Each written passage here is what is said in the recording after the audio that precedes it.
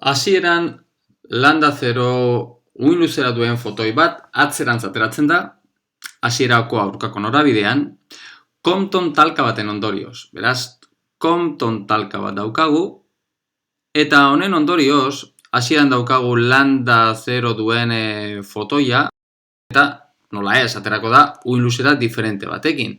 Eta uin luzera horri landa prima dituko dio. Ondoren, atzerantz ateratzen den fotoi horrek sodiozko fotokatodo baten kontra jotzen du. Efektu fotoelektrikoa gertatzen delarik, beraz. Izango dugu gero, efektu fotoelektrikoa, eta horretarako erabiliko dugun fotoia da landa prima uin luzera duena.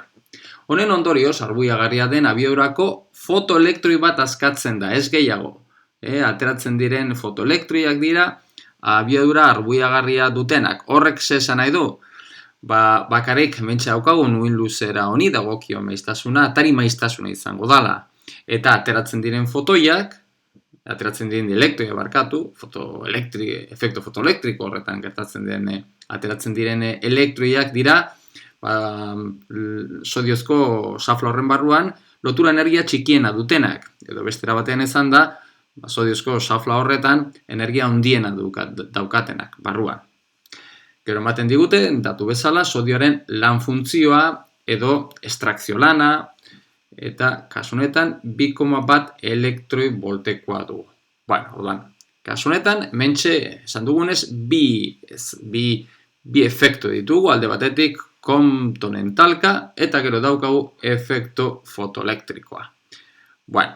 Lehenengo eta behin, hementxe dagoen Comptonen talka horretan, esan dugun bezala, daukagu landa zero uin luzera duen fotoi bat, pausagunean dagoen elektro baten kontra jotzen du, hori da Comptonen talka batean gertatzen dana, eta honen ondorioz atzerantza errebotatzen du, ateratzen da, eta zer esanik ez, hementxe dagoen elektroia, momentua kontserbatzen denez, abiadura batekin aterako da aurkako norantza batean.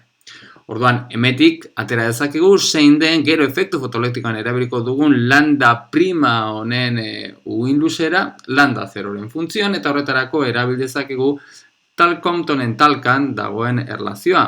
Hau da, uin luzeraren aldaketa, edo bestera baten esan da, azkenekoa landa primaken hasierakoa, landa zero, da berdin Comptonen uin luzera deitzen duguna, eta horixe dugu H zati elektrioaren pausaguneko masa bider C, da berdin batken kosinu tita. Kasu honetan, kosinu tita hori dugu, tita dugu 180koa, beraz kosinu tita minus batekoa dugu, beraz parentesi artean dagoena bikoa dugu, beraz hau da berdin 2H zati M0 bider C. Beraz, hemetik atera dezakegu, landa prima dugula, landa 0 gehi 2H zati M0 bider C. Buruan eduki behar dugu, hementxe dagoen ekarpen hori, Comptonen uin luzerarekin lotuta dagoena, ekarpen txikia izango duguna landa zerorekin. Konparatu. Zergatik, ze landa zero hori, hementxe dagoen efektu fotoelektrikoarekin lotuta egongo denez, landa zero hori edo fotoiri dagokion energia, ikuskorra izango dugu, efektu fotoelektrikoan gertatzen dena. Eta hementxe dagoen zenbaki hori ikuskorrei dagokion uin luzera, baina eskos ere txikia dugu. Hori da, nolabait buruan euki ezakegon gauza bat.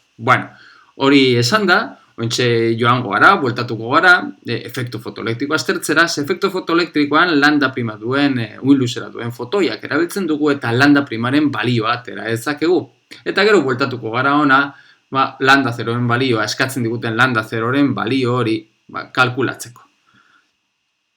Beraz, hementxe dugu efektu fotoelektrikoa, eta efektu fotoelektriko honetan, berriro erabiltzen dugu, landa prima uin luzera duen fotoi hori erabiltzen dugu, eta sodiozko xafla honen, kasu honetan fotokatodoa deitzen du, azken bian xafla bat daukagu, sodiozko xafla honen barruan, sodiozko xafla honen kontra jotzen du, eta metik ateratzen diren elektroiak, dira abiadura arbuiagarria dutenak. Beraz, kontutan hartzen badugu, efektu fotoelektrikoan daukagun erlazio orokorra, hau da fotoiaren energia izango litzatekena, gehi xaflaren barruan egonik, elektrio daukaten energia minus omega bezala dirazten dugu, non omega hori elektroien lotura energia izango litzateke, hori da berdin, elektroiak ateratzen direan energia zinetikoa. Kasu honetan, energia zinetikoa 0 dugu, eta horretarako ezinbestekoa ateratzen diren elektroiak dira, lotura energia hori txikiena dutenak, edo bestera batean izan da, xafloren barruan daukaten elektroiak, daukaten energia handiena dutenak. Beraz, omega hori, omega 0 izango litzateke, eta T hori T0. Beraz, H nu prima minus omega 0 da berdin 0. Bueno, oraintxe, jarrezakegu landaren funtzioan jartzen badugu, dugu HC zati lambda prima da berdin omega 0, eta hemetik lambda prima askatu dezakegu. Eta lambda prima dugu HC zati omega 0. Bueno, lortu dugu zein den lambda primaren adierazpena eta izatez ordezkatu dezakegu, baina hola mantenduko dugu eta oraintxe bueltatuko gara Comptonen talka horretan eta eramango dugu atera dugun adierazpena. Orduan, hemetik lambda prima adierazpena lortu dugu eta oraintxe gure helburua izango da lambda 0 hori askatzea. Eta lambda 0 da berdin lambda prima minus bi H zati M0 bider C. Bueno, orduan, lambda primaren balioa adierazpena zen HC zati omega 0 minus bi H zati M0 bider C. Oraintxe egin behar duguna da ordezkatu, hementxe daukagun konstanteak, daukagun datuekin, dana omega 0 elektrovoltetan ematen dute, orduan nazioarteko sistema pasatu behar dugu, dana daukagun konstante guztiak nazioarteko sisteman ditugulako, eta hori egiten badugu, ateratzen dugun lambda 0-ren balioa ondorengoa da. 5,9 bat 6 0 bi hiru bider 10 ber minus 7 metrokoa.